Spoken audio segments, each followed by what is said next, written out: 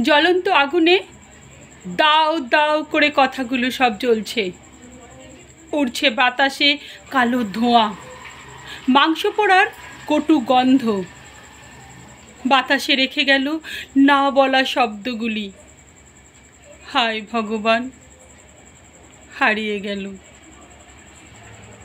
অকালে ঝরে গেল সদ্য ফোটা ফুলটি।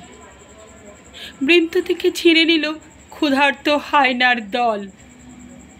নিষ্পাপ গোলাপের বুকে রক্ত ঝরালো।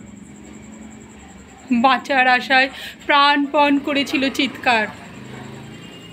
ফুলটা নির্বাক হলো, পুড়ে ছাই হলো দেহটা। এক রাশ অভিমান নিয়ে অকালে গেল পরপারে।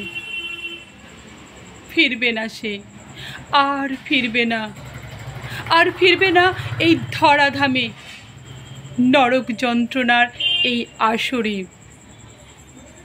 প্রভাতের শিশিরের সিক্ত কুঁড়িতে সূর্য আলো দিয়েছিল ফুল ফোটাতে।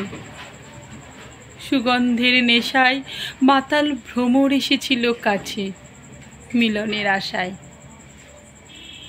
অতর্কিত ঝড়ের আঘাতে ফুলটি গেল মাটিতে পড়ে।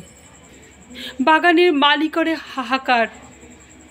পরিবার পরিজন সব বাগরুদ্ধ। নরনারায়ণ সমস্বরে চাইছে বিচার।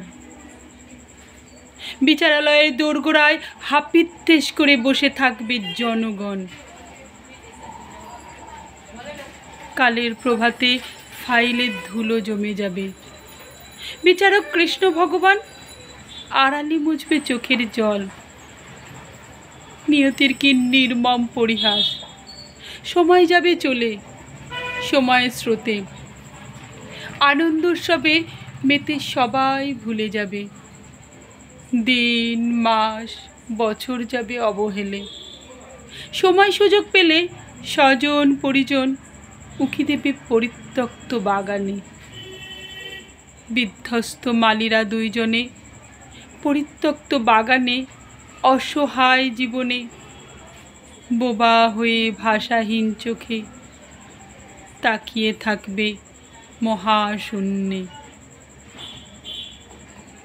বিধ্বস্ত মালিরা দুইজনে পরিত্যক্ত বাগানে অসহায় জীবনে বোবা হয়ে ভাষাহীন চোখে তাকিয়ে থাকবে মহাশূন্যে,